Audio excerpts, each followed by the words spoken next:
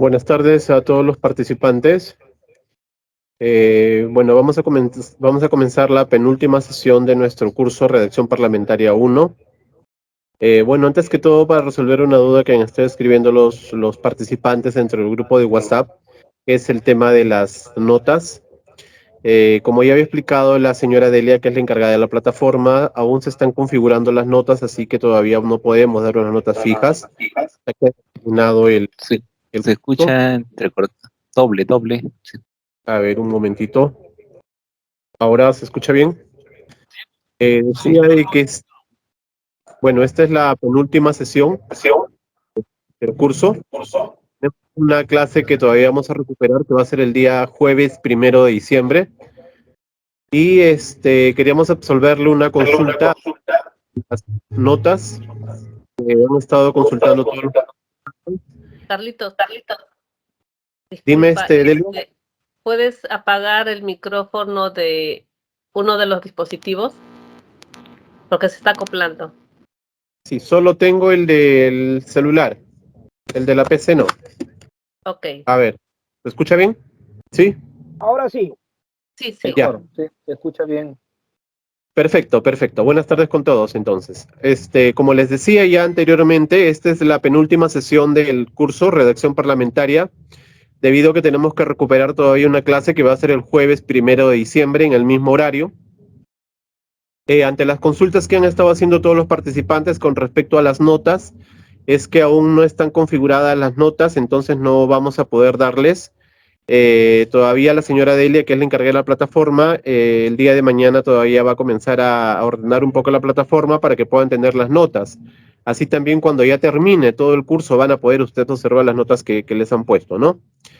Hoy día el doctor Oviedo va, va a dar los otros temas de la tercera clase aún, así que no pueden tener una tercera nota, ¿no? Porque recién la van a dar hoy día, van a dar los temas. Bueno, eso es todo para poder iniciar. Le doy pase, doctor Oviedo, para que pueda usted darnos algunos alcances y continuar con la sesión de la clase. Doctor, ¿su micro está apagado? ¿Ahora sí? Ahora sí lo escuchamos, doctor. Muy bien. Don Carlos, muchas gracias por su introducción. Efectivamente, se han corregido 2 trabajos y en la plataforma tienen que haber 2 notas, de manera tal que la configuración la tendrán lista ustedes el día de mañana, ¿no? En segundo lugar, ya he hecho entrega a don Carlos Luza por el correo electrónico, ¿no? De el texto, o mejor dicho, del trabajo que deben realizar ustedes hasta el 1 de este mes. Pueden entregarlo hasta el 2 al mediodía, ¿no? Hasta el 2 al mediodía. Básicamente hay 4 preguntas de las cuales ustedes deben escoger una y desarrollar, ¿no? La primera pregunta es: ¿qué funciones parlamentarias se pueden realizar por medio de resoluciones legislativas? Es un asunto que hemos tratado en la clase anterior. Después, una segunda posibilidad es responder también a la pregunta: ¿para qué pueden ser utilizadas las mociones de orden del día? Y la tercera es: ¿cómo se registra el quórum en el acta de las sesiones? Y la cuarta, los decretos de archivamiento. Estos 2 temas se van a ver en la clase de hoy. De manera tal que ustedes, al igual que las veces anteriores, cogen un tema y lo desarrollan, ¿no? Sobre el desarrollo del tema, ¿no? Quiero hacer notar que la finalidad, cuando uno dice qué funciones parlamentarias, por ejemplo, pueden realizarse por medio de las resoluciones legislativas, ¿no? La finalidad es cumplir con responder, ¿no es cierto?, esta pregunta. Esa es la finalidad del documento, no es la finalidad de la pregunta, es la finalidad del documento. Cuando se dice que el desarrollo, ¿no? El documento tiene que ser redactado, ¿no? Con título, finalidad del documento presentado, etcétera, etcétera, ¿no? Cuando se dice eso, quiere decir que tiene que realizarse en ese orden. Pongan mucha atención, porque en la gran mayoría de los casos, las conclusiones, ¿no? No siempre, y en su gran mayoría de casos, no son conclusiones de lo que se ha dicho con anterioridad. Son en muchos casos repeticiones de lo que se ha dicho con anterioridad. Y eso no está bien, porque si uno argumenta el desarrollo en un sentido, tiene que concluir algo. Pero esa conclusión no es una repetición de los argumentos. Eso por un lado. En segundo lugar, conclusiones no argumentan. Las conclusiones dicen, se concluye esto, esto, esto y lo otro. Pero no hay argumentos. Los argumentos antes están en el desarrollo. Eso, van a redactar documentos, si van a redactar documentos que tienen que ver con la función legislativa y de control político, ¿no? Tienen que tener claro que una conclusión, ¿cierto?, no es un texto donde se argumente, es un texto donde se concluye. Ese texto no necesita ser en sí mismo. Ese texto no necesita ser justificado en sí mismo. Ya está justificado por la argumentación anterior. Y desde luego que no puede concluirse lo que no está argumentado con anterioridad. Yo entiendo que en las circunstancias en las cuales estamos de final de año, con un proceso político difícil que hace que el Parlamento y el Poder Ejecutivo no den descanso para nada, ¿no? Y que haya que estarse afrontando, ¿no es cierto?, constantemente demandas acerca de los congresistas, etcétera, etcétera, para enfrentar este tipo de problemas, ¿no? Comprendo que ustedes cada vez tienen menos tiempo para dedicarse al curso, pero les doy estas indicaciones, ¿no? Porque el ánimo de comprensión no tiene que dejar, o sea, mi ánimo de comprensión no tiene que dejar de lado el hecho de que ustedes están en un error cuando concluyen algo sobre lo cual no han argumentado convenientemente. Es una cuestión metodológica de primer orden, ¿eh? De primer orden. Bien. Ahora bien, a lo largo de este curso, ¿no?, que ya finaliza el día 1, hemos estado no solamente diciendo cómo se redactan los documentos parlamentarios, sino reflexionando acerca de ello. Y es que la redacción no es una cuestión cosmética. No porque ponga un acento o porque articule bien una frase o qué sé yo, lo dicho tendrá un significado adecuado. No, no, no. La redacción, ¿no es cierto?, es una confluencia de múltiples saberes. Y esa confluencia de múltiples saberes hace que la persona que pretenda redactar, o sea, elaborar los documentos parlamentarios, ¿no?, tenga conocimientos determinados. Yo me he esforzado a lo largo de este curso, ¿no?, con un esfuerzo ciertamente gratificante para mí, ¿no?, que en hacerles notar a ustedes que un proyecto de ley no está dado solamente por su organización formal, sino que está dado por el conocimiento de la materia legislable, o sea, la materia que se pretende legislar en ese documento. Es verdad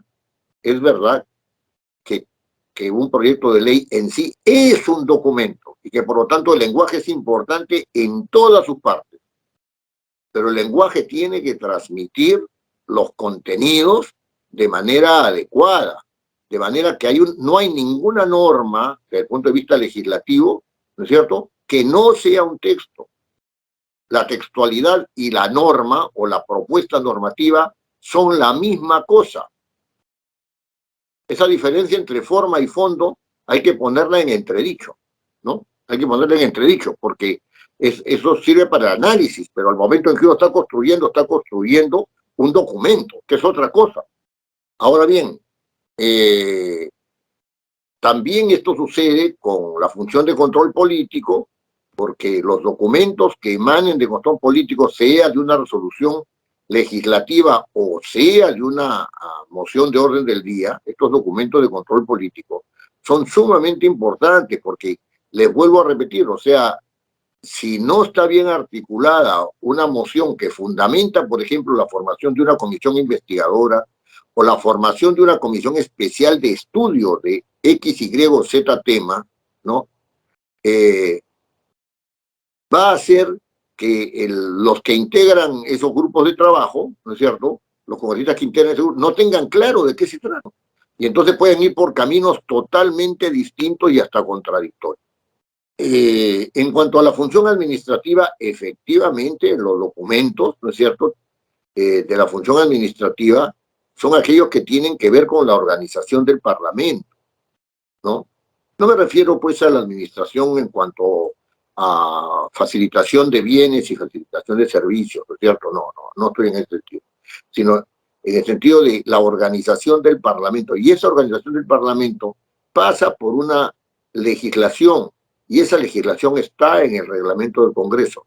Entonces es importante también mantener un criterio serio, ¿no es cierto?, cuando se realiza la función político-administrativa del Congreso.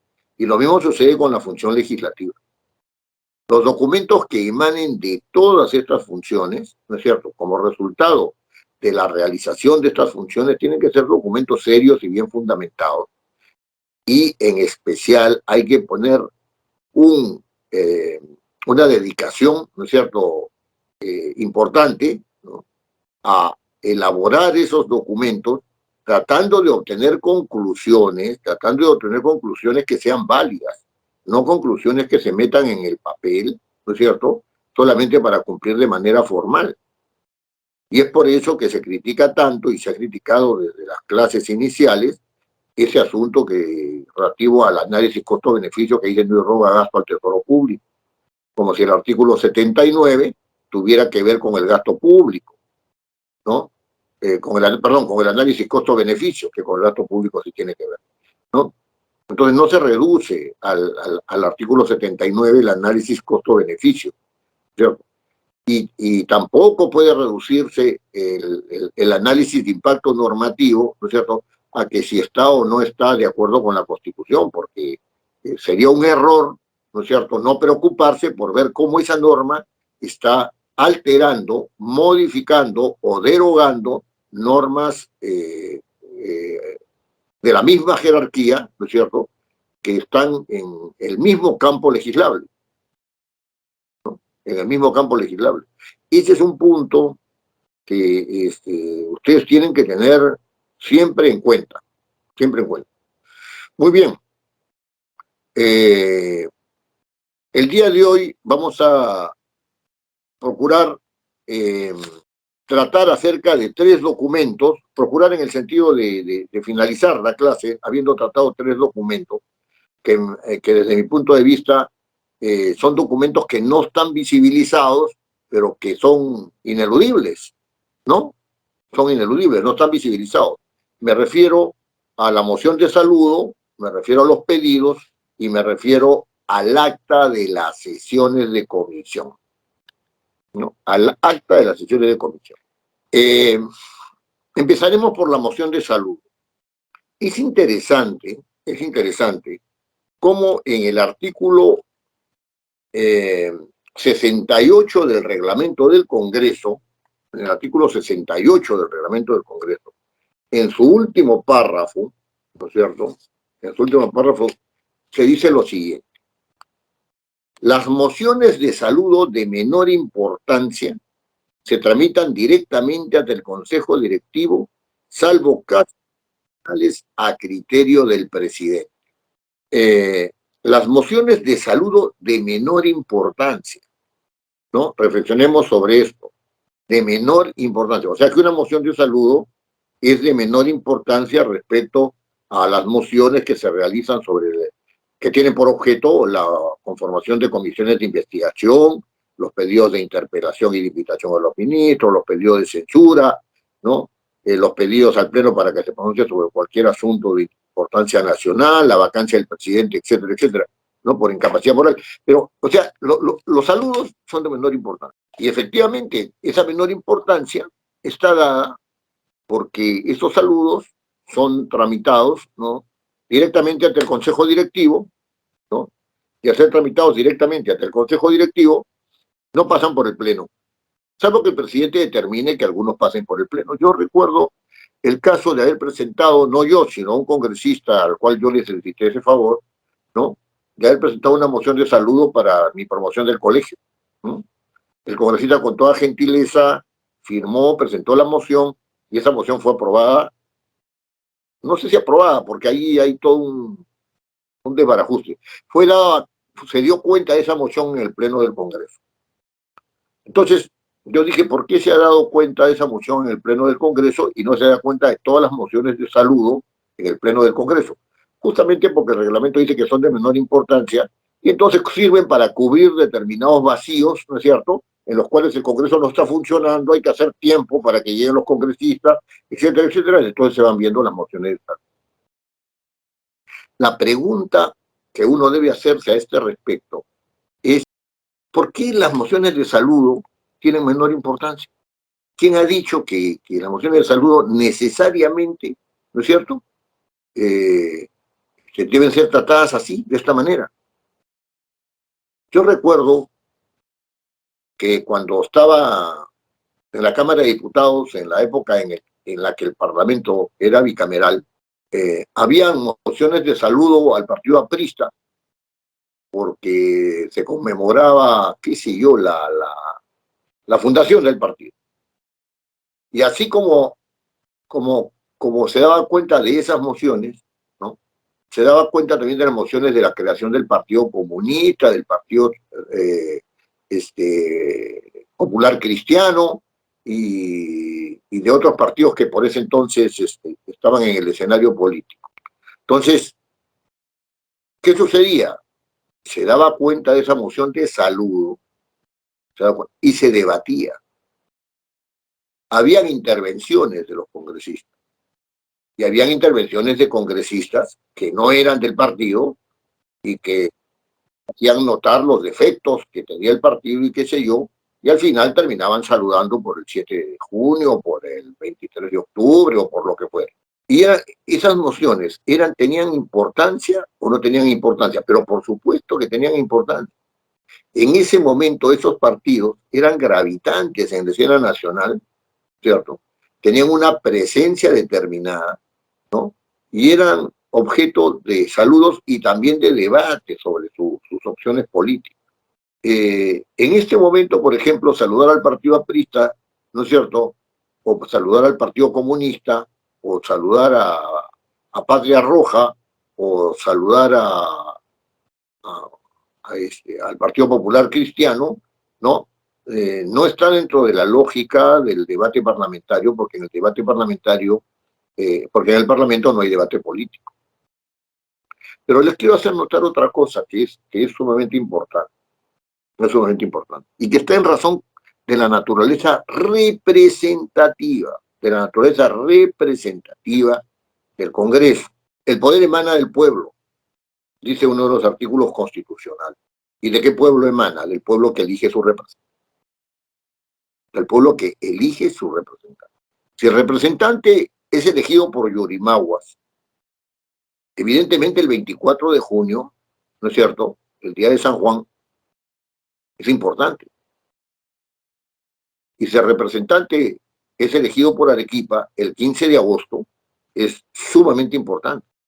Y también el de Huánuco, ¿no? Son todos aniversarios de la Fundación Española, que se celebran desde muchísimos siglos atrás.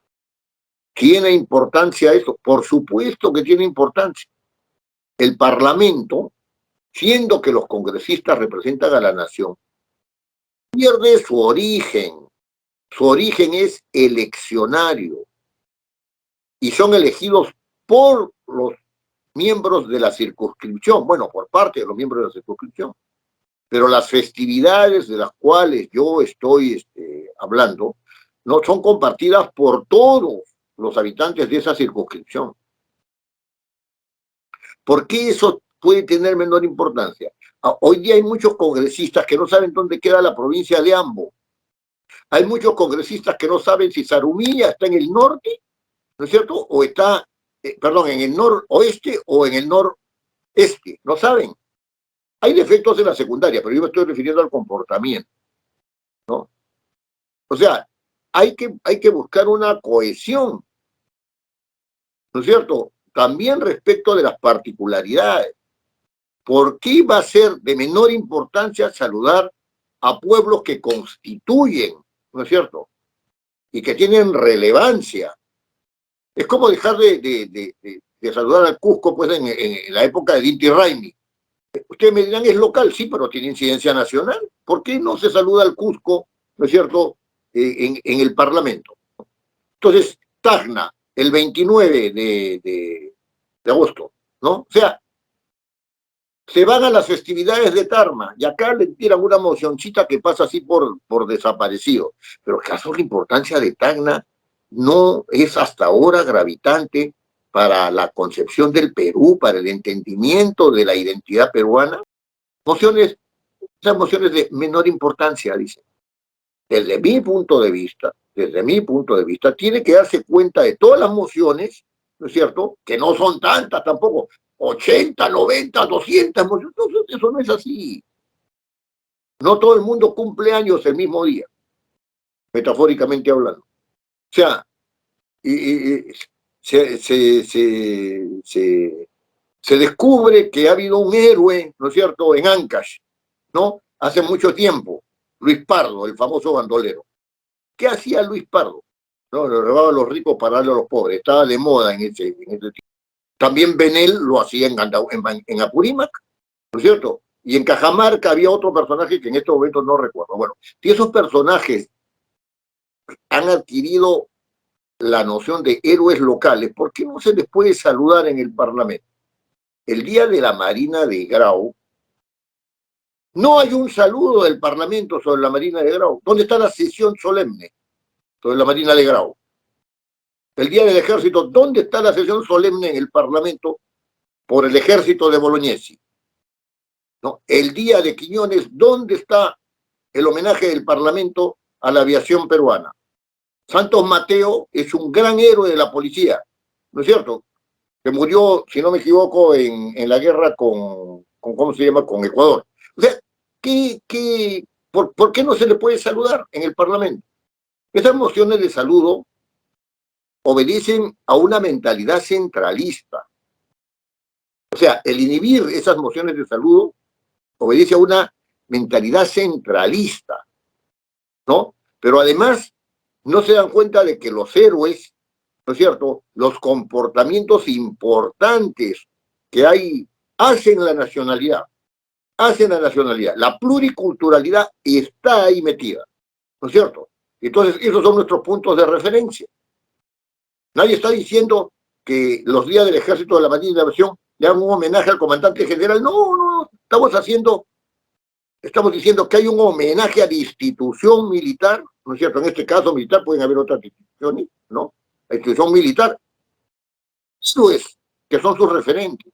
Entonces, ese es un asunto sumamente delicado. Miren, yo guardé una moción de saludo, ¿no?, justamente tratando este tema, ¿no?,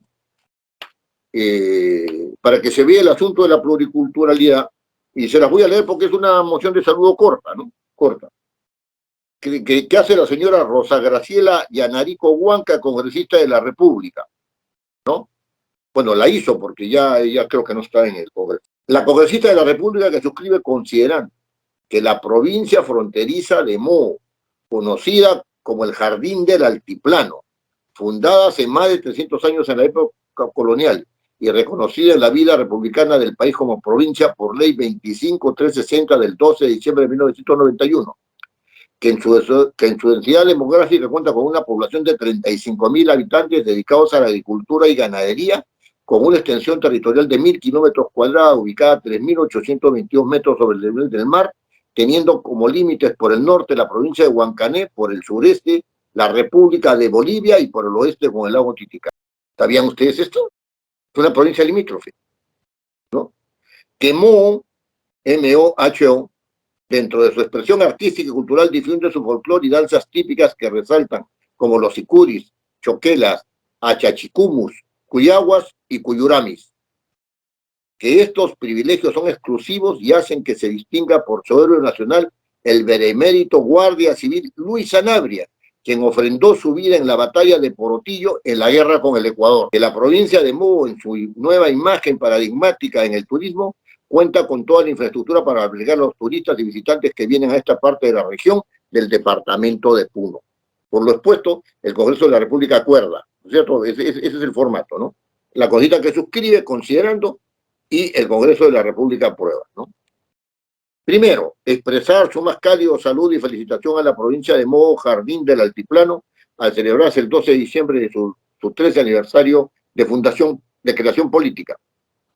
Segundo, transcribir la presente moción de salud al señor alcalde de la municipalidad de la provincia de Moho y por su intermedio al cuerpo de regidores, autoridades políticas, eclesiásticas, militares y a toda la población de esta ciudad del sur del Perú. Esta es una moción de saludo, ¿no es cierto? ¿Tiene importancia para la gente de Moho? Tiene importancia.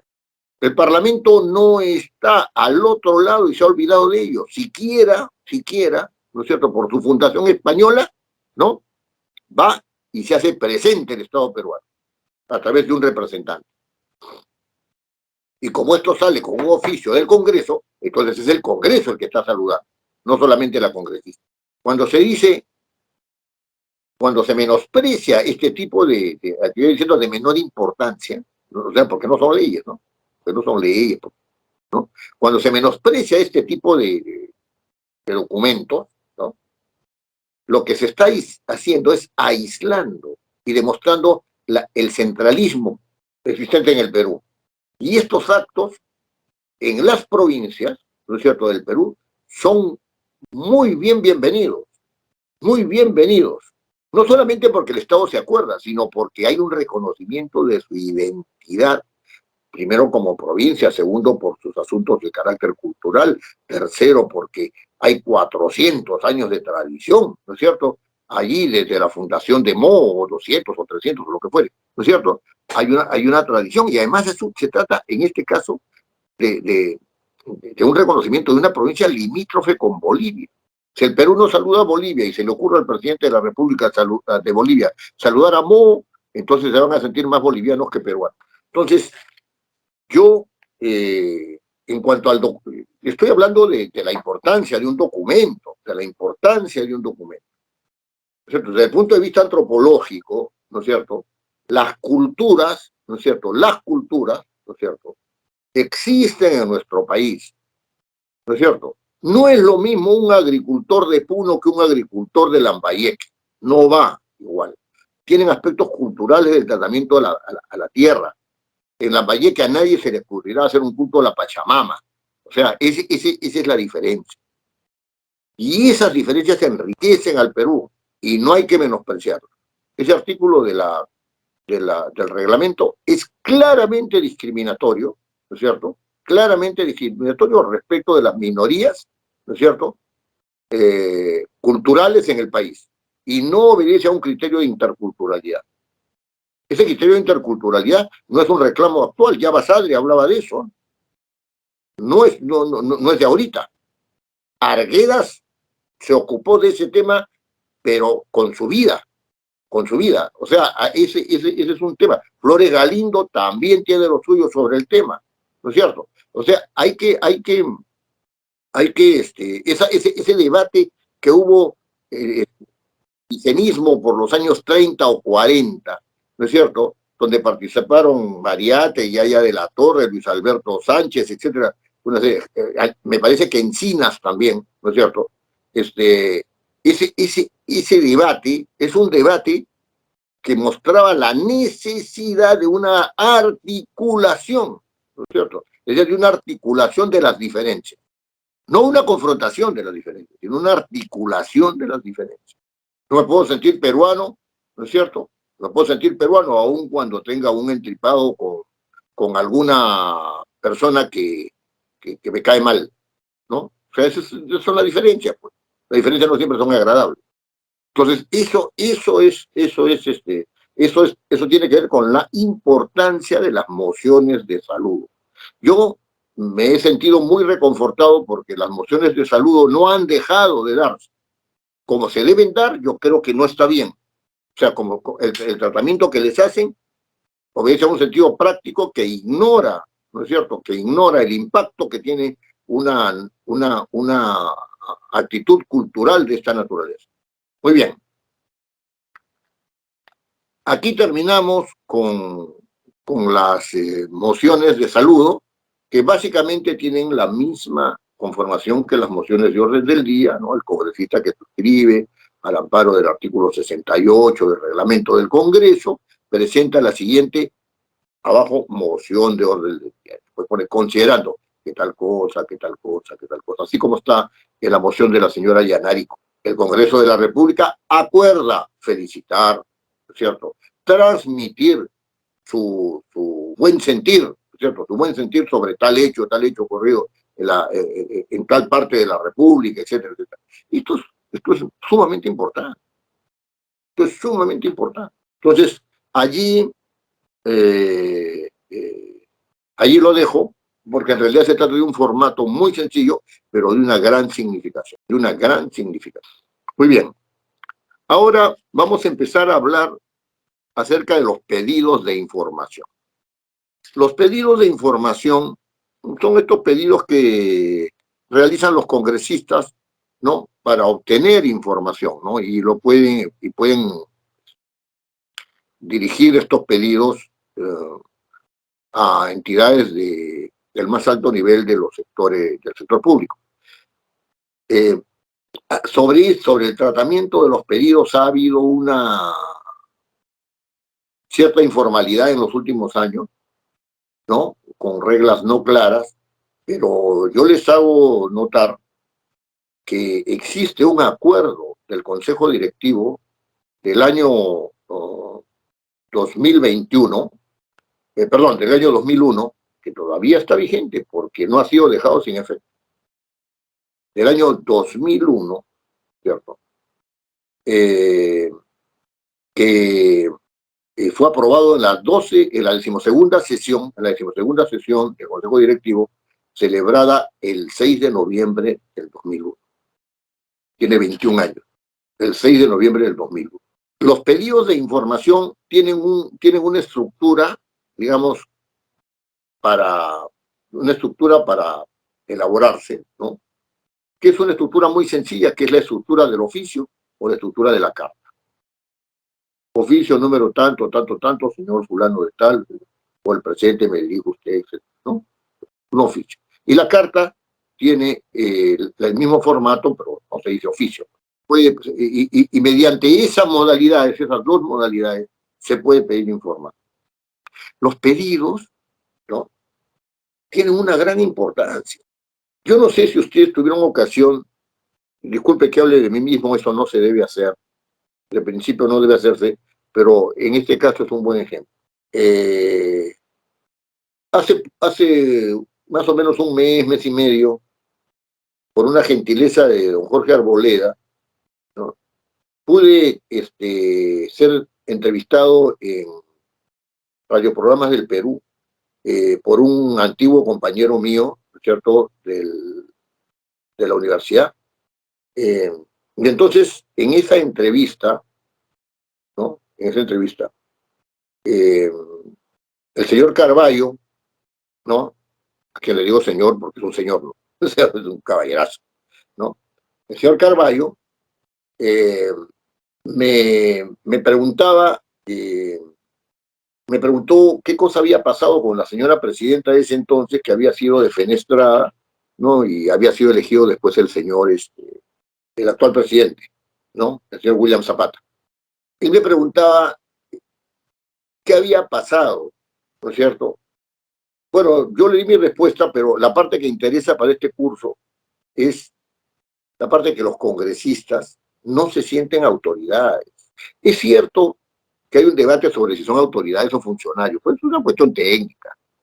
La cuestión es que el pueblo reconoce que ellos tienen autoridad. Ahora, tienen una autoridad colegiada, tienen una autoridad colegiada. Entonces, cuando hacen sus pedidos, ¿no? Cuando hacen sus pedidos, si lo hacen de manera personal, ellos mismos se dirigen a X, Y o Z. Ellos sienten que esos pedidos deben ser respondidos. Y si no son, no tienen cómo accionar como autoridad para exigir eso. Y por otro lado, tienen los pedidos que hacen bajo el amparo del reglamento del Congreso, ¿no? Que les da institucionalidad, es decir, ellos están actuando como miembros del Congreso y en ese sentido es que se les redacta, ¿no es cierto? En la oficina del despacho parlamentario es que se redactan sus pedidos. Pero en todo caso, ¿no?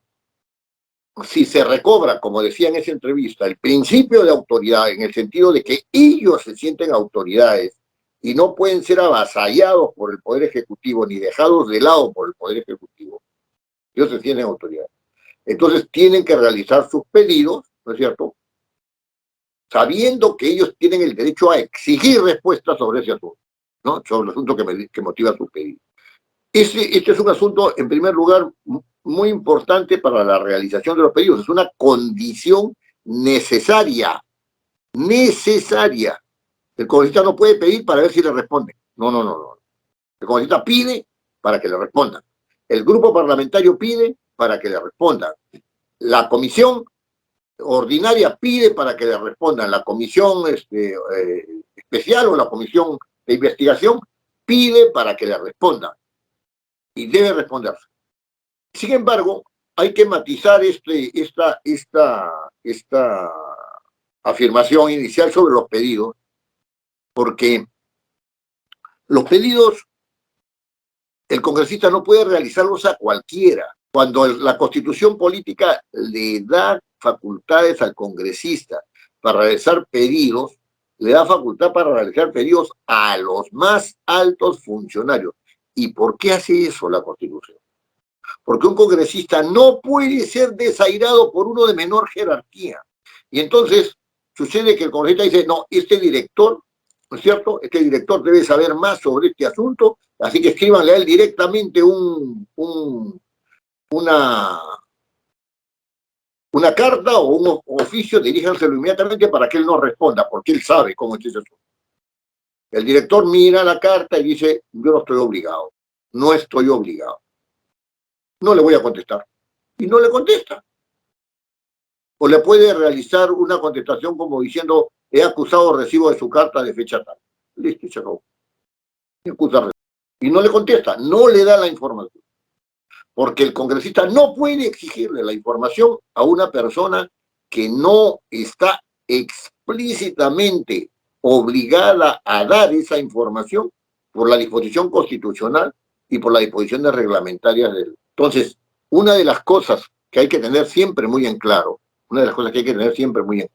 es a quién hay que destinar el pedido, ¿no?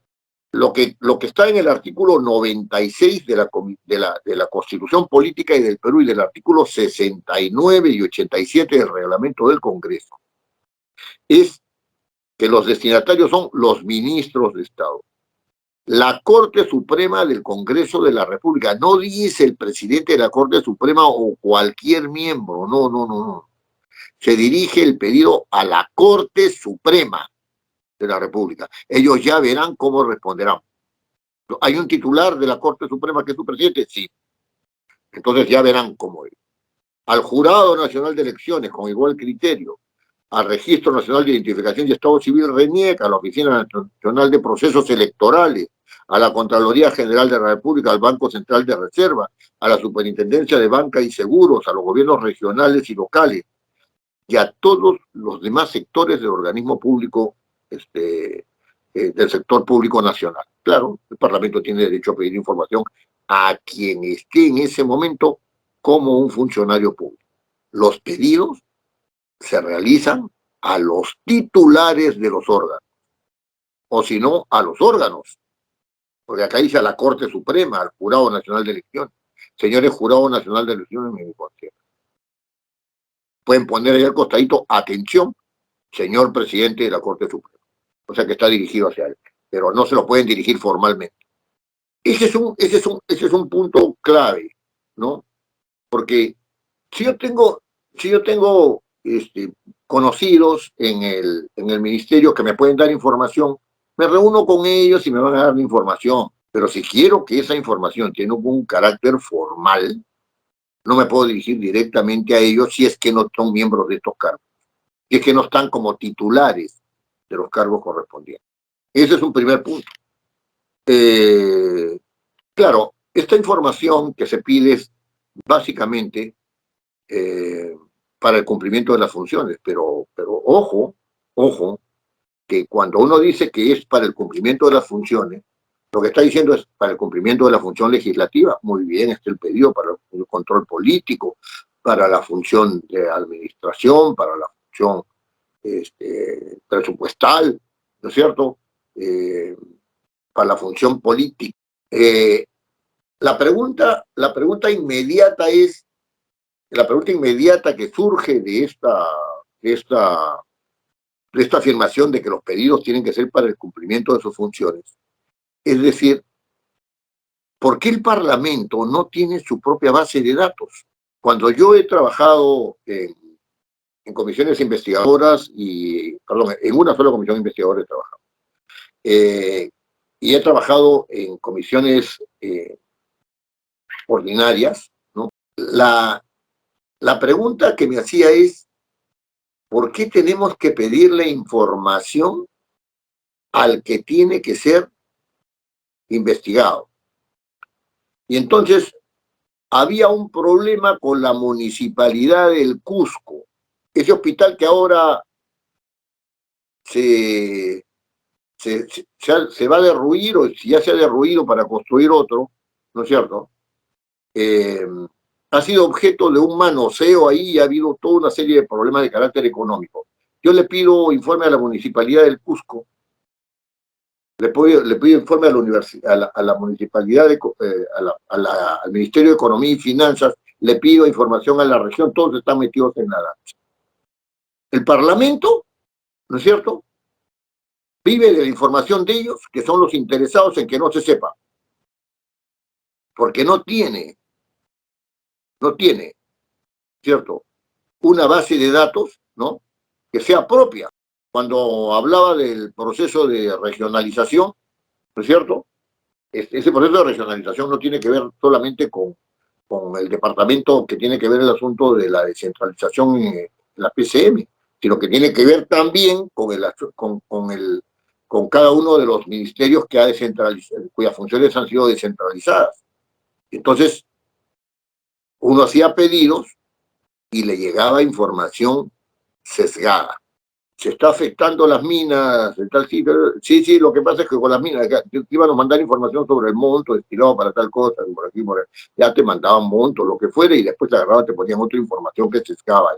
Y entonces, esta cuestión de los pedidos remite inmediatamente a si se puede o no se puede tener una lógica de los pedidos,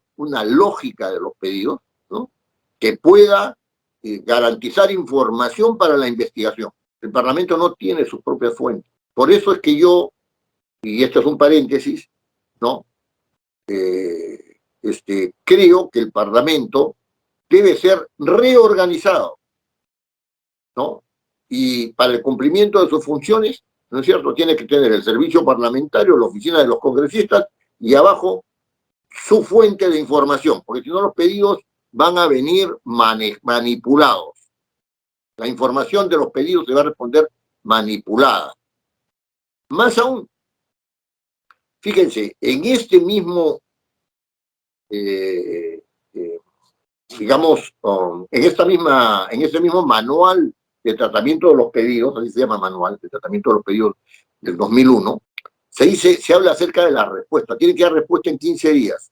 Si no dan respuesta en 15 días, la oficina de despacho legislativo, ¿no?, al informarse que no han respondido en el plazo, ¿no?, reitera de oficio, o sea, de propia voluntad, reitera el pedido. La pregunta es, ¿qué pasa si no responden a la reiteración? No pasa nada. No pasa nada. ¿No? Entonces ahí el congresista, al no tener un peso específico sobre sus pedidos, ¿no es cierto?, sobre sus pedidos, ¿no? Las comisiones, al no tener un peso específico sobre sus pedidos, las comisiones especiales, al no tener un peso específico sobre sus pedidos para poder exigir eso, ¿no?, optan por las soluciones que son más viables. Es decir, bueno, no nos llegó la información con lo que teníamos por... Esto es muy interesante, porque el ministerio, las comisiones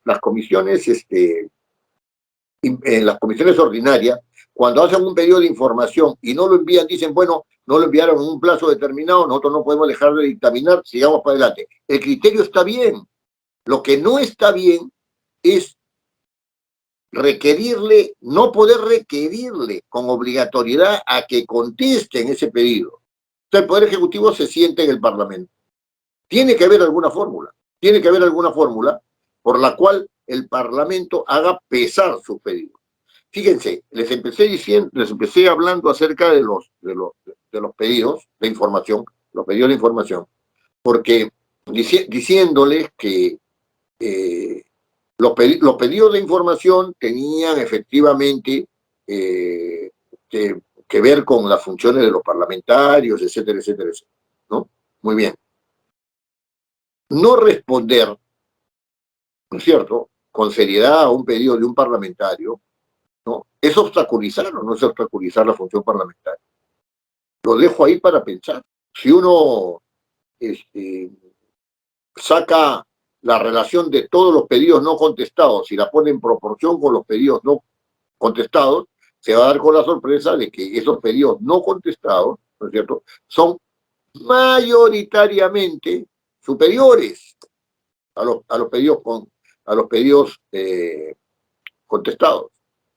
¿Cuánto ha afectado eso la labor parlamentaria? No se ha tenido en cuenta para el dictamen tal, ¿no? El congresista no ha podido realizar sus funciones para defender su proyecto de ley, etcétera, etcétera, etcétera, etcétera, etcétera. Entonces, allí hay un tema que hay que irlo madurando, Claro, el congresista no puede hacer pedido sobre cualquier cosa, pues no va a hacer un pedido a la Corte Suprema para decirle cómo va el proceso judicial tal.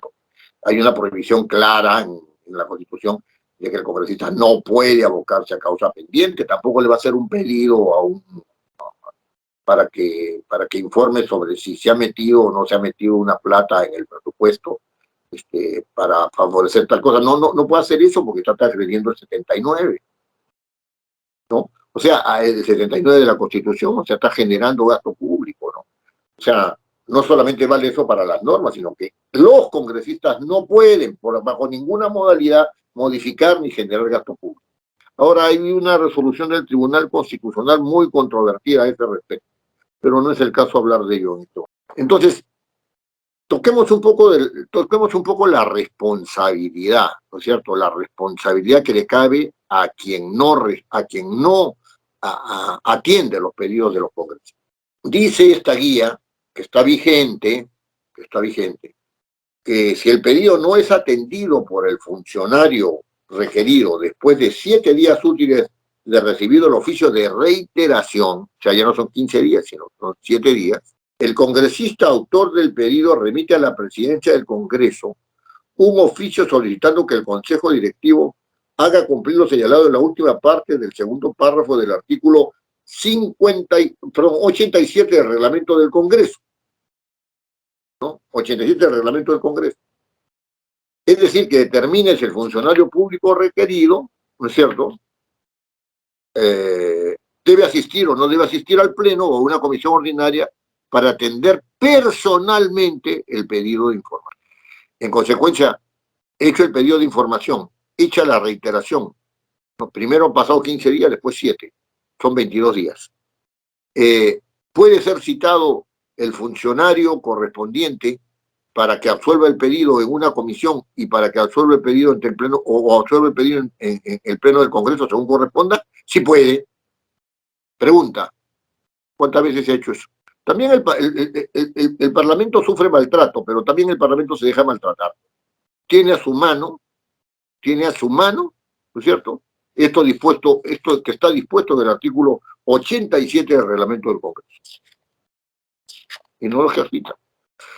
Entonces, sigue diciendo, ¿no? El oficio del congresista es considerado en la agenda del Consejo Directivo, etcétera, etcétera. Luego del acuerdo que pudiera adoptar el Consejo Directivo, el Departamento de Despacho Parlamentario genera los oficios correspondientes para el congresista autor del pedido, el presidente de la comisión a la que asistirá el funcionario público o el funcionario público y al funcionario público requerido adjuntando los antecedentes que corresponden. Está dada la posibilidad de ejercer presión en esta instancia. Estos pedidos, fíjense bien, estos pedidos tienen un formato, como ya les dije, bien simple, ¿no? O sea, eso es un formato del oficio de la carta donde se pide información determinada. Estos pedidos tienen que ver mucho con la fuerza, ¿cierto?, con la cual el Parlamento pide. La fuerza proviene de su institucionalidad. Si un pedido lo realiza un congresista solo, sin apoyo del Parlamento, evidentemente va a tener menor fuerza, aun cuando el estatus de congresista, ¿no es cierto?, implicaría que él por sí solo tiene, ¿no es cierto?, esa atribución de pedir información y de exigirla. Pero lo que sucede, ¿no?, es que en el otro lado, ¿no es cierto?, los que reciben dicen, bueno, ya contéstale pues algo al congresista, acúsale recibo, no sé, algo, pero ya. Si viene de una comisión el pedido, la cuestión es distinta, porque ahí sí se están jugando acuerdos que pueden afectar o no afectar a la otra parte. Y si vienen del Pleno del Congreso, ¿no es cierto?, entonces el peso es muchísimo mayor porque hay una posición institucional. Con sabiduría dada por los años, en el Congreso bicameral hasta el año 1992, existían lo que se llamaban los pedidos con acuerdo de Cámara. Es decir, había un pedido que se decía, este pedido quiero que lo apruebe la Cámara de Diputados, este pedido quiero que lo apruebe el Senado. Y esos pedidos eran debatidos en el Pleno, ¿no es cierto?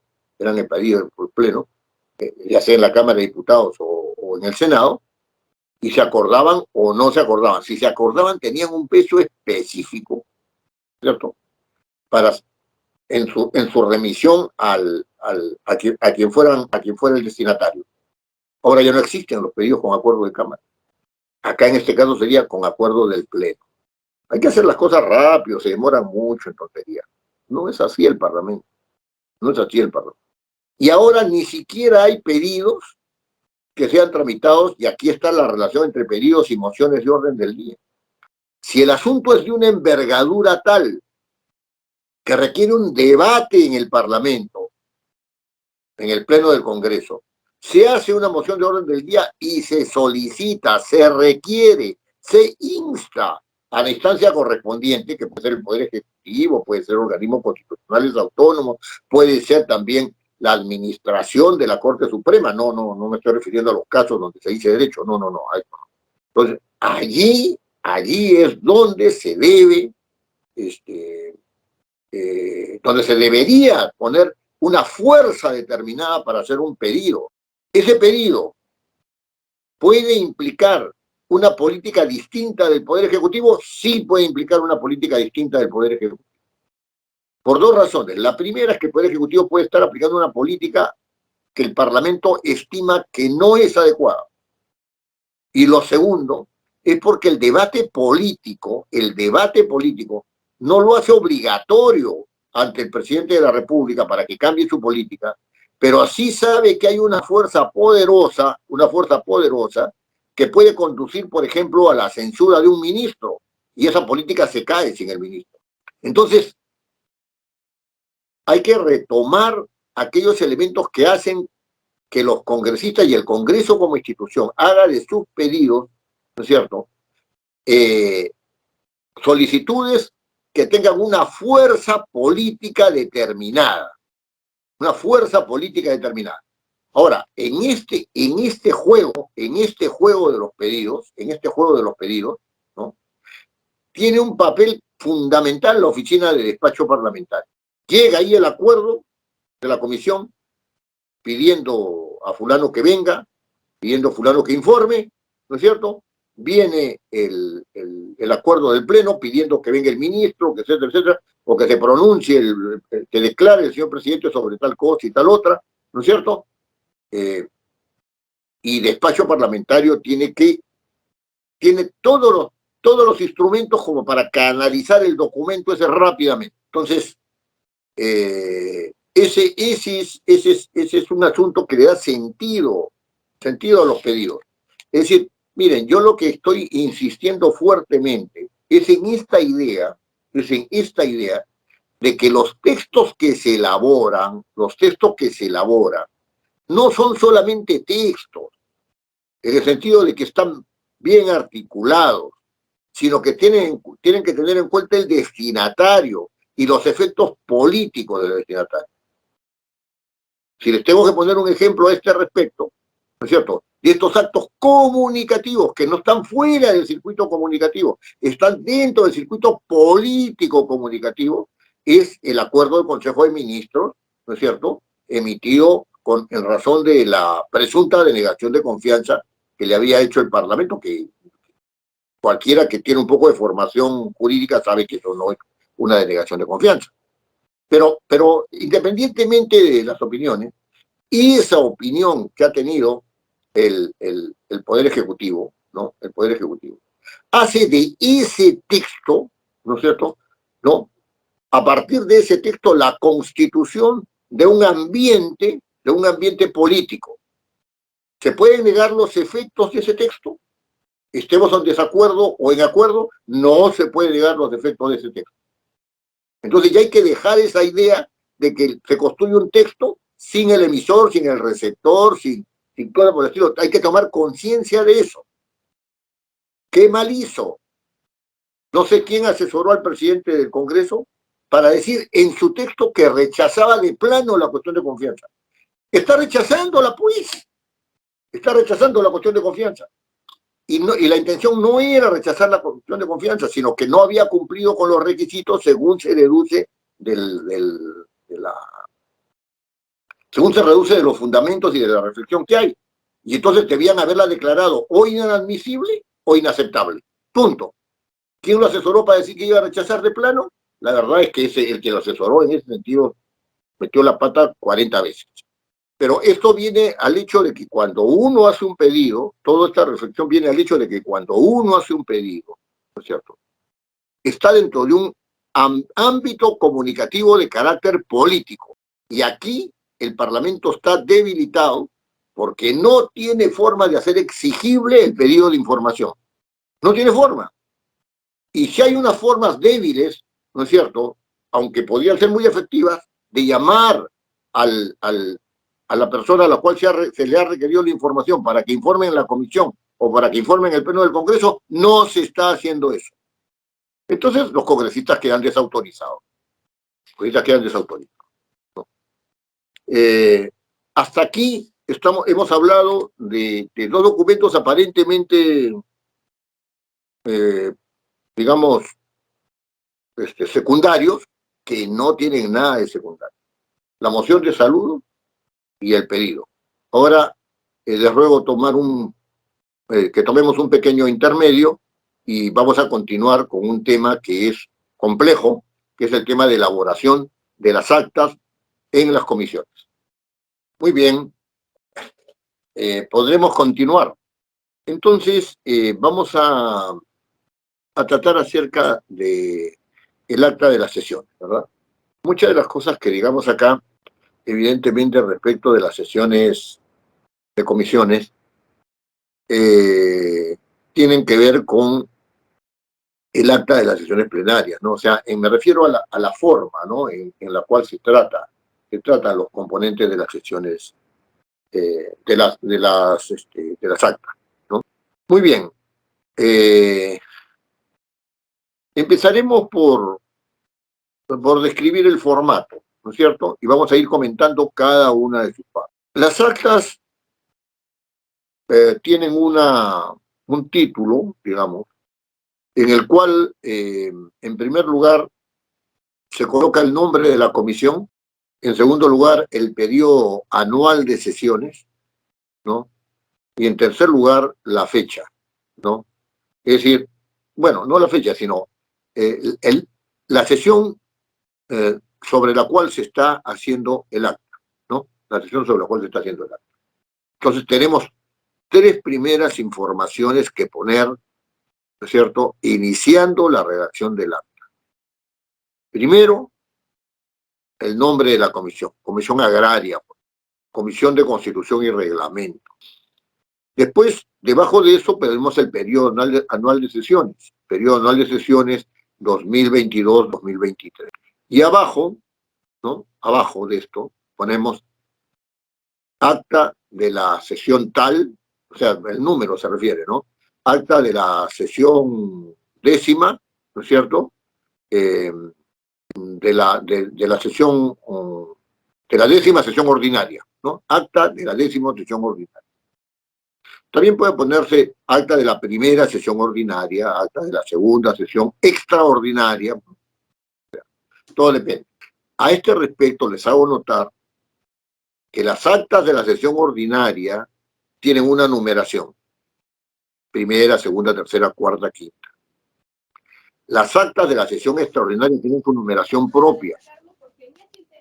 Es decir, Gerson, ¿podría usted cerrar su micrófono? ¿Podría usted cerrar su micrófono, por favor? Esperemos que nos sigan hablando. No, entonces, las actas de las sesiones ordinarias tienen una secuencia numeral, ¿no? Primera, segunda, tercera, cuarta, quinta. Si en el medio de estas hubiera una sesión extraordinaria, esa sesión extraordinaria empieza su numeración de manera... Es decir, si tengo acta de la primera sesión ordinaria, ¿no?, y después se produce una sesión extraordinaria, o sea, fuera de la fecha y fuera del local, entonces empieza por primera sesión extraordinaria, ¿no? Primera sesión extraordinaria. Entonces, tienen su secuencia numérica es diferente. Es diferente. Ahora, después de haber colocado esta información relacionada con la comisión, el periodo de sesiones y el número de la sesión, y el número del acta, ¿no es cierto?, y el número del acta, entonces uno pasa a una fórmula introductoria. Y esto es un asunto sumamente importante. Este es un asunto que se está tratando mal. Tengan ustedes en cuenta esto. Son pocos los secretarios técnicos que se han dado cuenta de los detalles de cómo debe articularse, ¿no es cierto?, esta fórmula introductoria. La parte más sencilla es poner la fecha, el lugar de reunión, la presidencia. Hasta ahí el asunto va bien y se pone siendo las 14 horas del martes 21 de mayo del 2019, en la sala Marta Moyano, ¿no es cierto?, del Palacio Legislativo, bajo la presidencia del señor congresista fulano de tal, ¿no es cierto? Hasta ahí no puede haber error, pues si uno sigue esta pauta, ¿no? Pero después viene lo importante. Y contando con la presencia de los miembros, y entonces ahí pueden estar presentes miembros titulares, pueden estar presuntos suplentes, pueden estar, es decir, llamados accesitarios, ¿no es cierto? Pueden estar también, puede haber información sobre licencias, etcétera, ¿no? Y también hay que dar información sobre los ausentes. Uno da razón de los congresistas titulares en primer lugar, que están presentes. Estos son los congresistas titulares. Después da razón, si es que estuvieran presentes, de los accesitarios. Y pongan atención en esto. Los accesitarios adquieren la calidad de accesitarios en ausencia en ausencia del titular, no está bien para establecer el quórum de inicio de la sesión, ¿no es cierto? Decir que están estos miembros titulares y estos miembros accesitarios sin haber corroborado, ¿no es cierto?, si es que los accesitarios son tales por ausencia de un titular. Este es un asunto importante, porque no puede adquirir la condición de accesitario aquel congresista cuyo titular está presente. Y como no se sabe exactamente qué congresista reemplaza o es accesitario de qué titular, entonces hay que tener en cuenta lo siguiente. Este grupo parlamentario tiene 5 congresistas. Están presentes 4. Tienen posibilidad de tener un solo accesitario. Este grupo parlamentario tiene 5 congresistas. Están presentes 3 titulares, nada más. Pueden acceder 2 accesitarios. No pueden haber más accesitarios. Así estén en la lista de los accesitarios, no adquieren la calidad de tal si los titulares están allí presentes. Entonces, cuando uno dice, y contando con la presencia de los señores fulano de tal, fulano de tal, fulano de tal, fulano de tal, son miembros titulares, ¿no es cierto? ¿No? Miembros titulares de la comisión. Y con el señor fulano de tal, accesitario de ese mismo grupo, ¿no es cierto?, es porque no está completo. El número de titulares no está completo. Entonces, un accesitario entre comillas, que quiere ser accesitario, si su grupo parlamentario está completo, no puede ser accesitario. Irá como un congresista con los derechos de un congresista para hablar, pero no para votar. Ojo con esto, porque han habido varios casos detectados en los cuales han votado los titulares estando completos más sus accesitarios, ¿no es cierto?, ya han ganado votaciones. Y eso es ilegal, invalida la votación. Solamente se consideran accesitarios a aquellos congresistas que reemplazan a un titular y ese titular está ausente. Si no, se les considera como personas que están presentes, con derecho a voz, pero no con derecho a voto. Entonces, más aún, se tiene que decir quiénes tienen licencia. ¿Por qué se tiene que decir quiénes tienen licencia? Porque el reglamento del Congreso establece con toda claridad que el quórum es la mitad más uno de los hábiles. Dice además, ¿no?, y los congresistas que no están hábiles, ¿no es cierto?, son congresistas que o no han sido incorporados, o están con licencia, o han sido suspendidos. Esos no están hábiles. Y en consecuencia, no puede haber en la sala menos del 80% para determinar el quórum. Menos del 80% para determinar el quórum. Puede haber más del 80% para determinar el quórum, pero no puede haber menos del 80%. ¿Por qué? Porque el inciso I del artículo 30, referido a las funciones del Consejo Directivo, dice que puede dar licencias en un 10% y en casos excepcionales hasta el 20%. Licencias hasta el 20%. Y entonces se ha adoptado como criterio general, cosa que es bien discutible, pero no la voy a discutir acá, salvo que me hagan una pregunta específica, ¿no? Se ha adoptado como criterio general que en las comisiones, ¿no es cierto?, no puede realizarse el quórum, ¿no es cierto?, con menos del 80%. Los miembros inhábiles solamente pueden ser hasta el 20%. Y esto es muy importante para determinar el quórum. Es sumamente importante para determinar el quórum. Miren ustedes, existe una comisión X que tiene 20 congresistas titulares. ¿Cuál es el 20%? Eso quiere decir que entre los que tienen licencia los que están suspendidos y los que no se han incorporado a la COP, ¿no es cierto?, deben sumar como máximo 4 para establecer el quórum. Solamente 4. Y entonces el quórum se hará sobre 16. Sobre 16. Si es que hay 4 licencias, ¿no? Si es que hay un suspendido, solamente pueden haber 3 licencias. Si es que no hay, si es que no está incorporado, pueden haber solamente 2 licencias. Porque todo eso, ¿no es cierto?, debe conformar el 20% según como se viene haciendo ahora, lo cual no es cierto reglamentariamente, pero no importa, así están los hechos. Entonces, cuando uno redacta esta parte del acta, tiene que establecer quiénes son los titulares.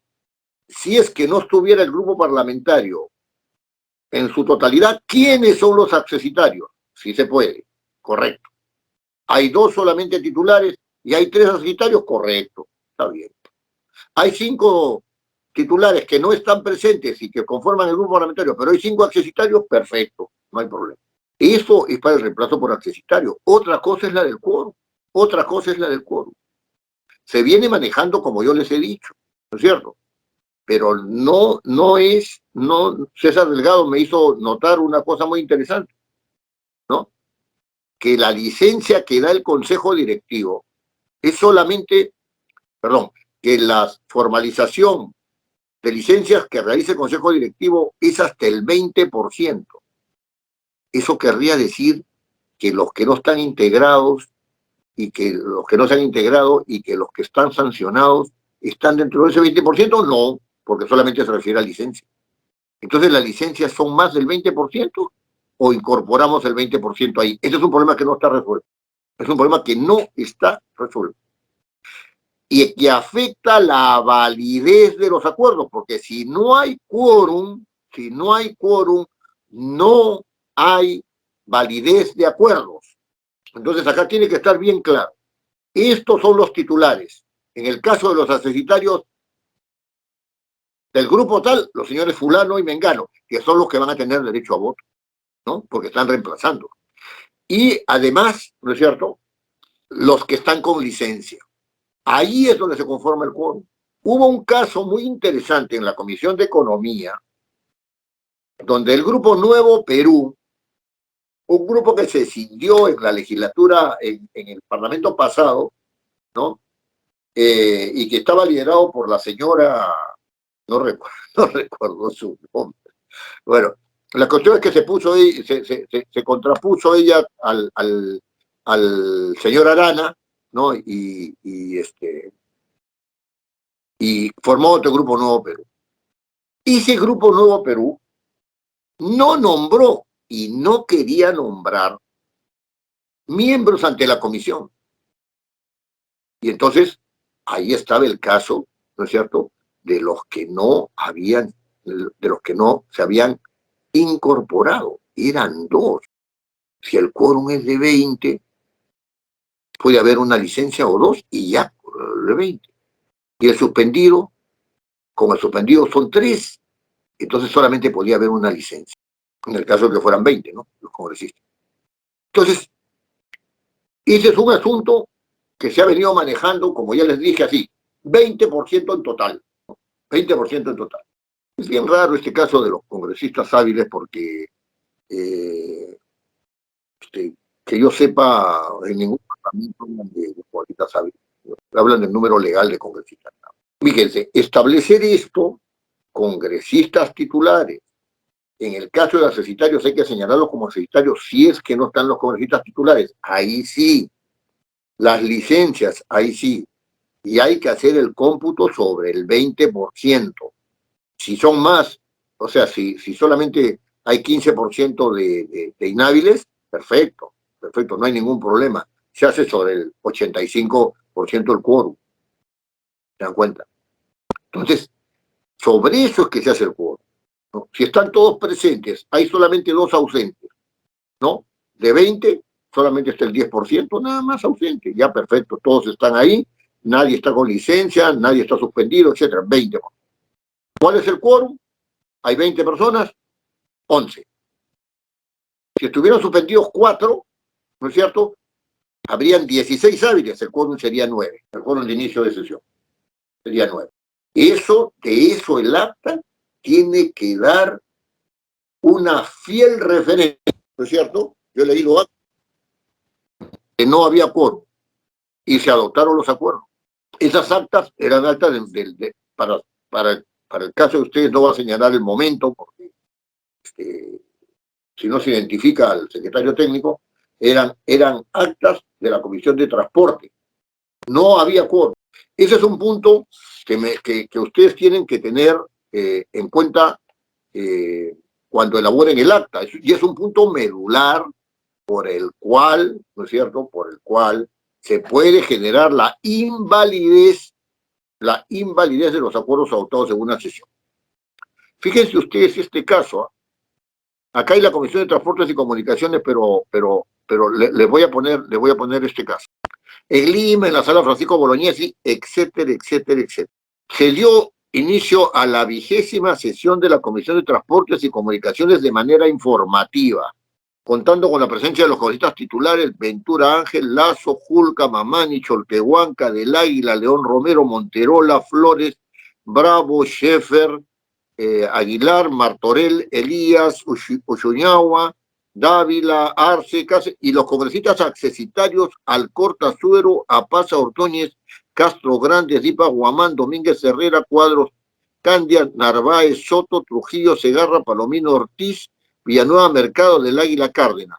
Resulta que los accesitarios, ¿no?, tienen el mismo número o un número muy cercano a los titulares. Algo está mal. Algo está mal. Hay esta relación de los accesitarios, muchos de ellos no son accesitarios porque están presentes los titulares.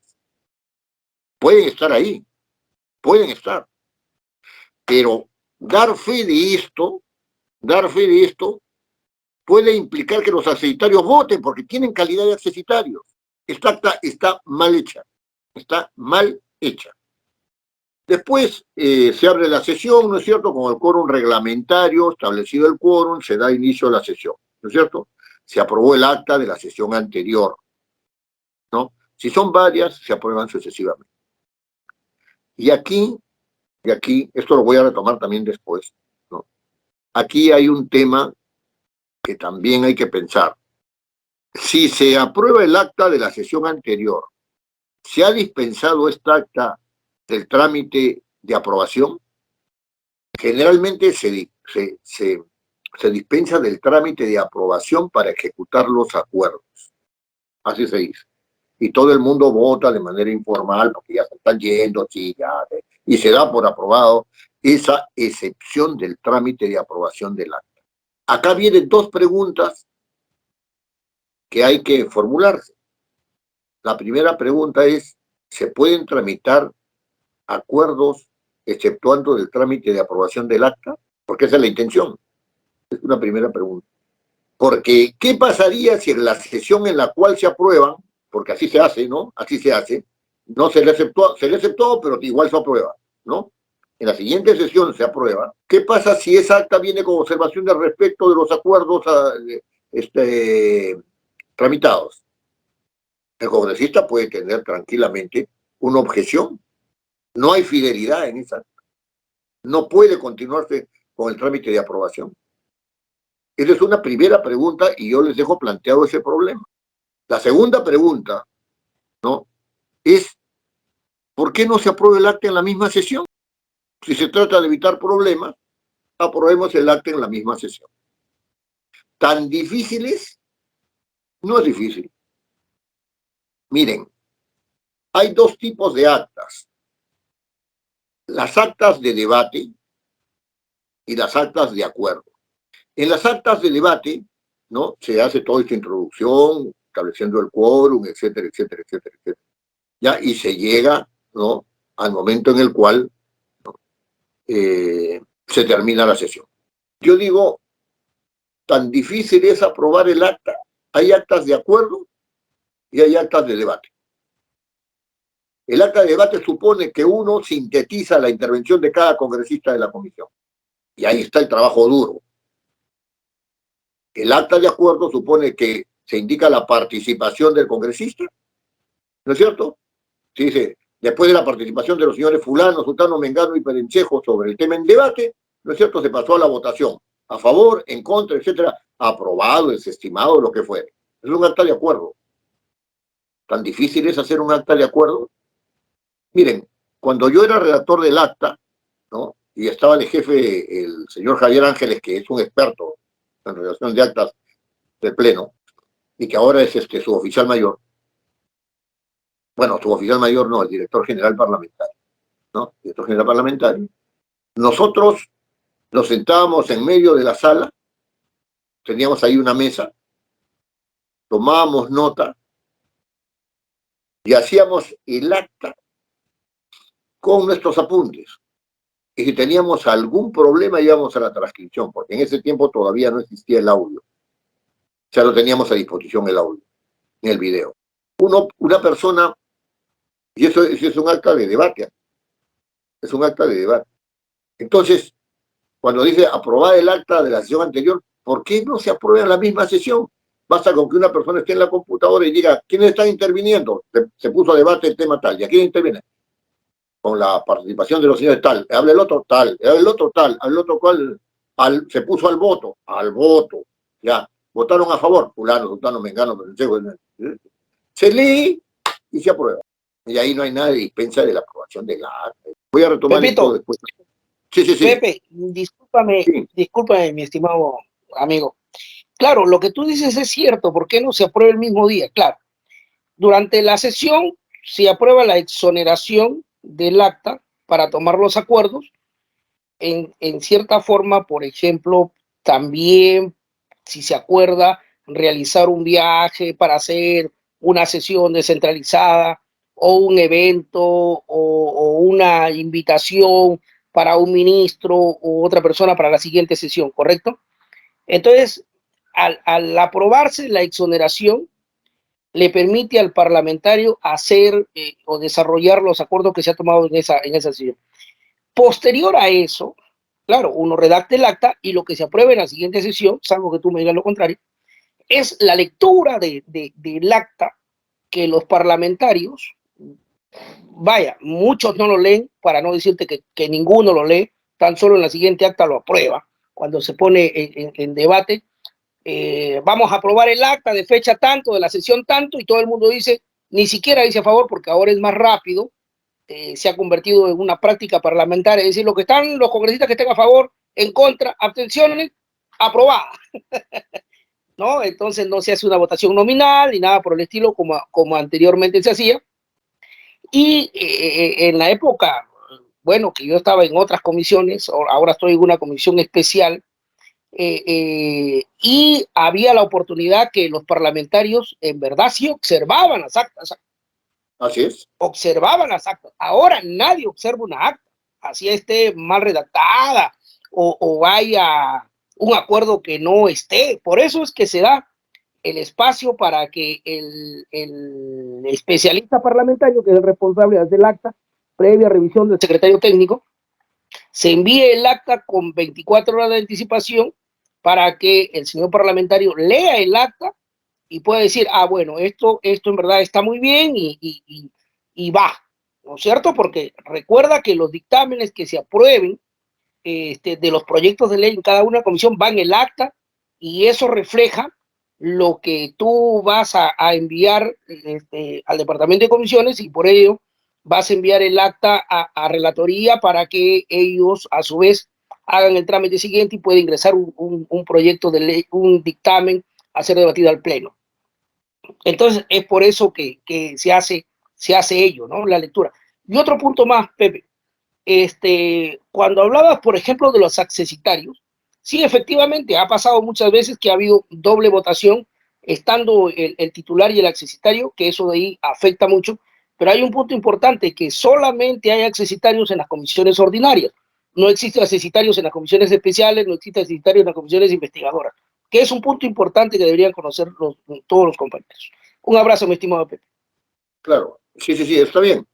El punto es este. Tú le das facilidades a los congresistas para que lean el acta y afectas el principio de seguridad jurídica. El problema es ese. ¿Qué pasa si en la siguiente sesión, por haber habido la dispensa, se objeta un acuerdo? Va al voto y queda afectado y ya lo ejecutaron. Esa es una afectación de la seguridad, del principio de seguridad jurídica.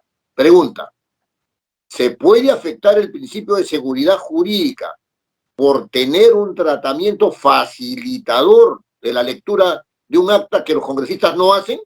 Desde mi punto de vista, el principio de seguridad jurídica es fundamental. ¿Por qué? Porque el acta admite prueba en contrario. ¿Y por qué admite el acta prueba en contrario? Porque puede estar mal hecha. De hecho, cuando yo les leía el acta de la Comisión de Transportes y Comunicaciones, ¿no es cierto?, no se sabía cómo se había establecido el quórum. No se sabía.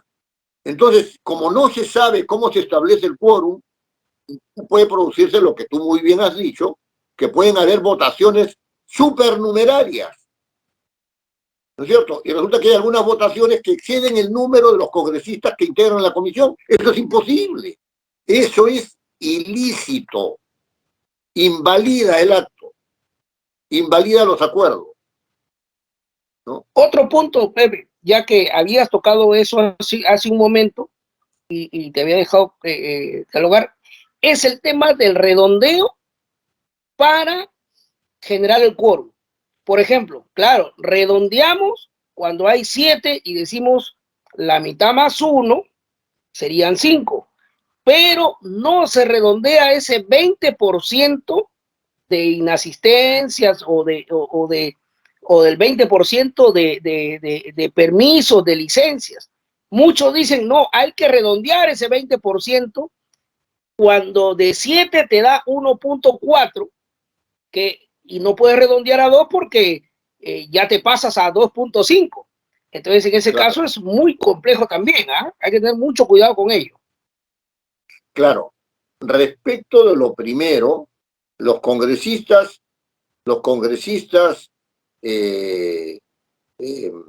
¿cómo se llama? Que están afectados por la norma de inhabilitación, ¿no es cierto? O sea, los que no están hábiles, a eso me refiero, ¿no? Los que no están hábiles para... Ahí el redondeo no ofrece mayor problema. ¿Por qué? Porque si sale que es el 19.5, ¿no es cierto? Y entonces van a 20, entonces se cumple con que sea el 20%.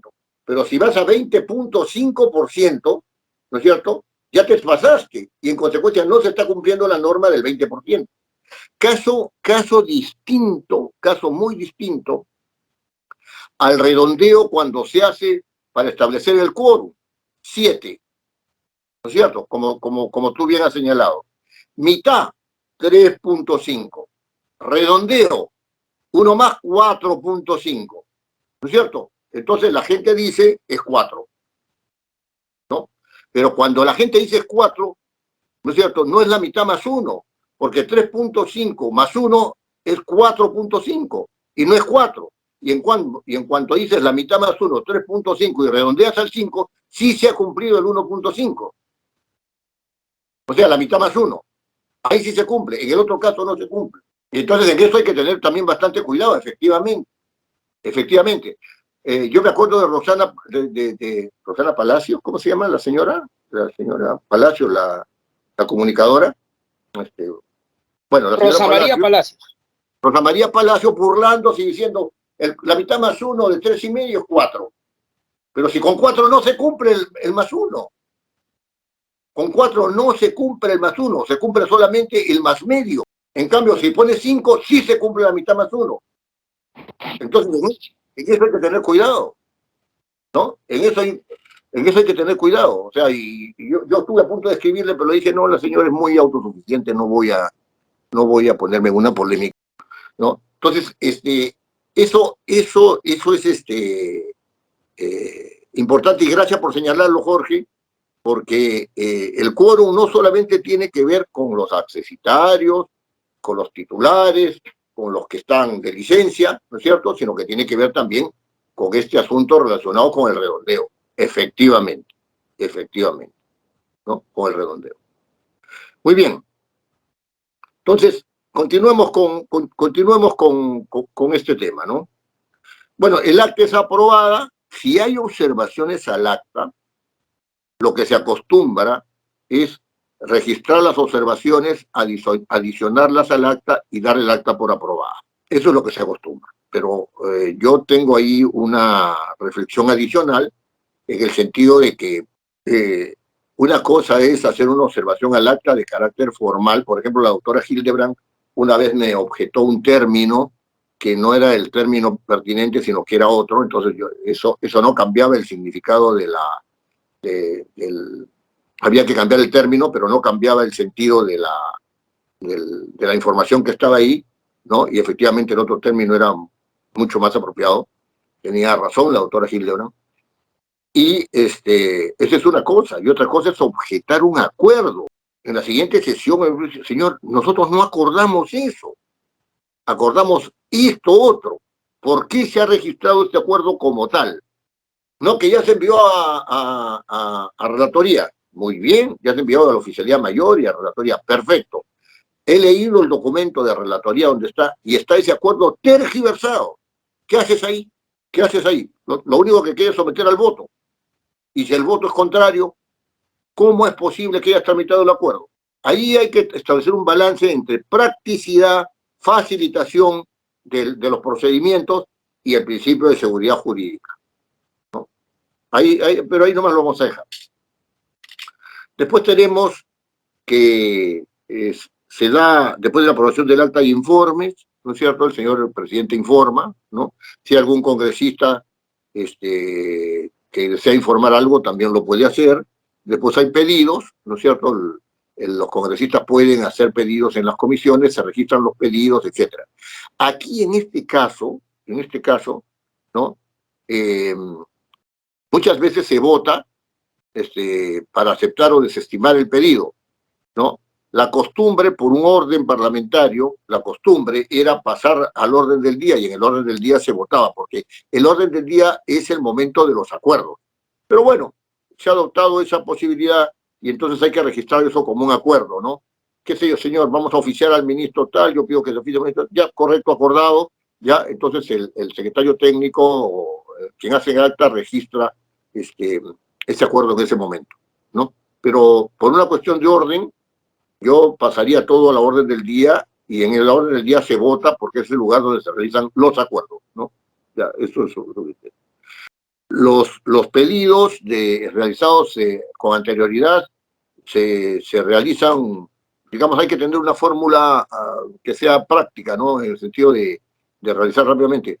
Y entonces se pone el título pedidos y abajo se pone del señor fulano de tal cosa, del señor fulano de tal otra, del señor fulano de tal otra, del señor fulano de tal otra, y listo. Se acabó, ya no hay. Cuando se pasa al orden del día, empieza el debate. El debate para la toma de acuerdo. Ese es el sentido del debate. Sin embargo, ¿no es cierto?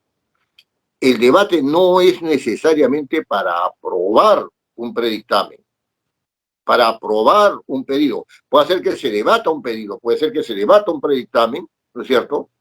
Y ese debate lleve a la conclusión de que todavía no es, o que de ninguna manera es aprobable, ¿no es cierto?, esa sugerencia, esa propuesta, ¿no es cierto?, que realiza ya sea un congresista o ya sea la Secretaría Técnica o la asesoría, ¿no es cierto? Muy bien. Y aquí es donde se registra el acta de... Aquí es donde se da forma a si se trata de un acta de acuerdo o si se trata de un acta de debate, ¿no? El acta de acuerdo es en debate, por disposición del señor presidente, se puso en debate el dictamental, ¿no es cierto? Ya. Luego de la participación de los señores fulano, sutano, mengano, perencejo, etcétera, etcétera, ¿no?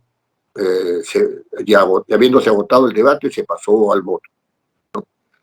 Votaron a favor tantos, en contra tantos, etcétera. El resultado aprobado por mayoría, aprobado por unanimidad, etcétera, de tantos votos, ¿no es cierto? Entonces, esa manera de manejar ese contenido es una manera de manejar un acta de acuerdo. El acta de debate es un poco más compleja, ¿no es cierto? Yo recuerdo que cuando estaba en la Comisión de Educación, había una señora congresista, ¿no? Había una señora congresista que era muy partidaria del señor Toledo, ¿no? Y cuando yo hice la primera acta, dijo lo siguiente, ¿no? O sea, yo estoy totalmente de acuerdo con este tipo de acta ¿cómo se llama? De acuerdos, ¿no? O sea, poner los nombres y el sentido de la votación de cada uno, ¿no? Pero yo, sin tener objeción frente a esto, voy a pedir que en las siguientes sesiones se ponga el sentido de la intervención del congresista. Está pidiendo un acta de debate. Y así lo tuve que hacer, ¿no es cierto? O sea, sintetizaba las intervenciones y después ya pasaban al voto, ¿no? Después de que el presidente declarara concluido el debate, ¿no? Y después de esto, ¿no? Hay que tener bien en claro si el debate ha sido aprobado por mayoría, por unanimidad, ¿no es cierto? Y por cuántos votos, etc. Y allí también hay todo un tema, porque el reglamento dice que la unanimidad se da por el voto de todos los congresistas hábiles. Y si no están todos los hábiles, ¿hay unanimidad o no? Si seguimos la regla, solamente hay mayoría. Sin embargo, se dice, ¿no es cierto?, que hay unanimidad cuando votan a favor todos los presentes en un mismo sentido. Esto está contra la norma. Eso está contra la norma, porque pueden votar todos en un mismo sentido, pero pueden no tener el número de todos los hábiles. Hay un hábil o dos que sin afectar el quórum no han ido. Y entonces ahí no hay unanimidad. Ahí lo que hay es mayoría, según la norma. Y no se puede invocar un precedente parlamentario contra norma expresa, y tampoco se puede arguir una práctica parlamentaria contra norma expresa, porque la ley establece con toda claridad cómo se modifica, cómo se interpreta y cómo se deroga una norma. No puede derogarse solamente porque así lo interpretaron los congresistas. La práctica parlamentaria se aplica en dos casos, y primero tiene que generarse precedentes parlamentarios. Precedentes, no antecedentes. Precedentes parlamentarios. Los antecedentes tienen carácter histórico. Los precedentes son los que están en el momento en el cual la situación está dada. Primer caso, el caso de que no haya norma que haya contemplado la situación mediante la cual debe actuar el Parlamento. Si no hay norma y el Parlamento debe resolver un tema, adopta una posición y eso constituye un precedente. Y si el precedente, en casos análogos o iguales, se realiza sin contradicción, se convierte en práctica parlamentaria y tiene las características de la norma, es decir, ejerce fuerza vinculante. El otro caso es el caso de una norma abstrusa, ¿no es cierto?, que los congresistas no sepan cómo aplicar. Es decir, abstrusa significa difícil en su interpretación. Y entonces los congresistas interpretan esa norma en un sentido determinado. Ahí se produce un precedente interpretativo. Si ese precedente interpretativo continúa en el mismo sentido, en los mismos casos, y no es objetado, se convierte en práctica parlamentaria. La práctica parlamentaria supone una aprobación del Pleno, no una aprobación de las comisiones. Las comisiones no producen ni precedentes ni prácticas parlamentarias. Son comportamientos propios de las comisiones, pero no obligan a todo el Parlamento. Y no obligan a una comisión, a la conformación que pueda suceder a esa comisión. Es decir, termina el periodo, viene otro representante, no están obligados a cumplir con las normas, con el comportamiento de la comisión anterior. En el caso del Pleno sí se puede invocar. En el caso del Pleno sí se puede invocar. Y este fue el caso, ¿no?, de que los pedidos en la Cámara de Diputados había primera y segunda hora. O sea, la segunda hora era la del debate, la orden del día. Y era claro que no se podían hacer pedidos en la orden del día, no se podían hacer pedidos en la orden del día. Y yo me acuerdo del caso de don Fernando León de Vivero, que rechazaba pedidos cuando se realizaban, cuando se había pasado la orden del día. Solamente se podían pasar en la primera hora. Solamente se podían hacer esos pedidos en la primera hora. ¿Dónde decía eso? En ninguna parte. Pero ya era un acuerdo del Pleno que no estaba contradicho.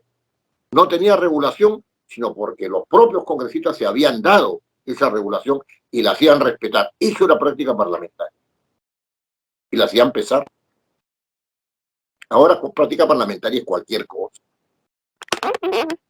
Incluso contra la ley. Esa es la informalidad jurídica en la cual vivimos. Y entonces, aquí estado el acta, ¿no es cierto? Se dispensa regularmente, ¿no? Se dispensa regularmente del trámite de aprobación del acta, del cual ya hemos hablado, que yo no lo veo porque yo me inclino por el principio de seguridad jurídica y creo que hay las condiciones suficientes como para aprobar el acta en la misma sesión, ¿no? Una de las cosas que es importante, y en esto sí el principio de seguridad jurídica adquiere, digamos, fortaleza, es que la transcripción de la sesión y la grabación de la sesión, e incluso el audio solamente, la grabación de la sesión me refiero al video, forman parte de la presente acta. Así es. Eso me parece perfecto. Eso me parece perfecto. ¿Por qué? Porque una vez que está grabado, queda en los archivos de la comisión la grabación de esa sesión, la transcripción de esa sesión, etcétera. Y uno puede recurrir, ¿no es cierto?, para solucionar un problema o entender el sentido de la aprobación de un acuerdo, ¿no es cierto?, de un acuerdo, que puede ser aprobarle un dictamen, desecharlo, desestimarlo, etcétera, ¿no? Si es que eso es así, ¿no es cierto?, está muy bien que se diga que forman parte de la aprobación del acta. Entonces ahí se da cuenta, sala de comisiones, etcétera. Después vienen las firmas, ¿no es cierto? Vienen las firmas. Acá y aquí hay un tema que afecta pues el principio de inseguridad jurídica, ¿no? El de seguridad jurídica, perdón. Tema, ¿no? El reglamento del Congreso dice, si después de haberse aprobado esto, vienen unos congresistas, que se entiende que son de la comisión, se entiende. Vienen unos congresistas y firman, o retiran las firmas, ¿no es cierto? O retiran las firmas, y entonces se produce un empate, entonces tiene que regresar a la comisión. Y eso me parece una aberración inaceptable. Se hace predominar la informalidad sobre la formalidad. La formalidad es, ha habido votación, se ha adoptado ese acuerdo. ¿Qué votación ha habido? Sino las firmas de unos señores ahí fuera de la sesión. Y yo tengo la sospecha de que esta norma fue dada en una coyuntura en la cual había que tumbarse algo formal, que campea la informalidad jurídica y que campean la informalidad de los procedimientos parlamentarios, porque los congresistas creen que pueden hacer lo que les parece y respetar las reglas propias de la institucionalidad democrática. Entonces ahora resulta que les parece estupendo que se pueda voltear un dictamen de comisión por fuera, se pueda voltear un dictamen de comisión por fuera, es decir, dejarlo sin efecto, porque firmaron varios patas otro dictamen, ¿no es cierto?, en minoría, lo firman y alcanzan el mismo número. ¿Qué cosa es eso? Si están fuera de sesión, no ha habido votación formal, no se sabe si hay quórum o si no hay quórum, ¿qué garantías hay de que eso sea así? Eso es desestabilizar el sistema. Y eso, ¿no es cierto?, hace que las actas se conviertan en inválidas, sin tener causal de invalidez. Sin tener causal de invalidez. Entonces, sobre este tema de las actas, hay varias cosas que hay que resaltar de manera importante. Primero, en las actas tiene que estar claramente determinado el quórum. No basta con nombrar a los congresistas, ni decir que son titulares, ni decir que son accesitarios. En segundo lugar, tienen que verse si la aprobación del acta se puede hacer en la misma sesión o si se va a hacer en una sesión posterior. ¿No es cierto? En este caso, de la dispensa de la aprobación del acta que se hace al final de la sesión, ¿no es cierto?, hay que poner en tela de juicio si es que eso está bien, porque la practicidad, en el sentido de aligerar el trámite, no puede ir contra el principio de seguridad jurídica. Esa es otra cosa que me parece importante. Y otra cosa que también me parece sumamente importante es que se determine con claridad si es que se van a hacer actas de acuerdos o actas de debate. Las actas de acuerdo pueden dar lugar a una aprobación del acta en la misma sesión. Si ustedes tienen alguna duda a ese respecto, vean cómo se aprueba el acta de las juntas preparatorias. Es un acta, ¿no? Se hace con un acta de acuerdos y se aprueba en la misma sesión, al final de la sesión de juntas preparatorias. Entonces, sí se puede hacer eso, sí se puede.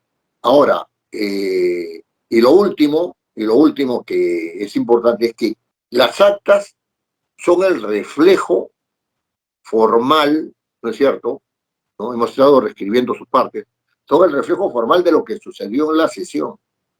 Y si lo que sucedió en la sesión es algo que no está reflejado en el acta, las actas adquieren la naturaleza de documentos que admiten prueba en contrario. Como no leen las actas, entonces no puede haber prueba en contrario. Si se leen las actas, puede ser que alguna vez se encuentre que ha sido manipulado, ¿no es cierto?, que ha sido manipulado o mal interpretado, ¿no es cierto?, un acuerdo. Así que con esto yo ya doy por concluida esta clase, hasta vernos el primero, y quedo a disposición de ustedes para las preguntas que corresponden. El doctor Alfredo Guaynas quiere hacer uso de la palabra. Dígame, doctor. No, le pregunto porque está como encendido su imagen, está como encendida, está en un color distinto a todos los demás. Por eso es que le preguntaba si deseaba hacer uso de la palabra. No, gracias. De momento no. Bien interesante los temas tratados hoy día. Gracias, don Alfredo, gracias. ¿Alguna otra persona que tenga alguna pregunta o quiera hacer uso de la palabra para comentar o discrepar de lo dicho por mí? Les recuerdo solamente al final de esta reunión que ustedes tienen ahí 4 temas. Tomen en cuenta solamente los 3 primeros porque el último no lo he desarrollado. Podría haber dicho una cosa muy rápida hoy día, pero no era mi intención desarrollarlo, pero no lo voy a desarrollar. Tienen los 3 primeros, ¿no? Los 3 primeros temas, y de allí tienen para entregarlo hasta el primero, con una extensión hasta el 2, hasta el mediodía, ¿ya? El mediodía. Bien, les agradezco la gentileza de su atención y nos estaríamos viendo el primero a las 6 de la tarde.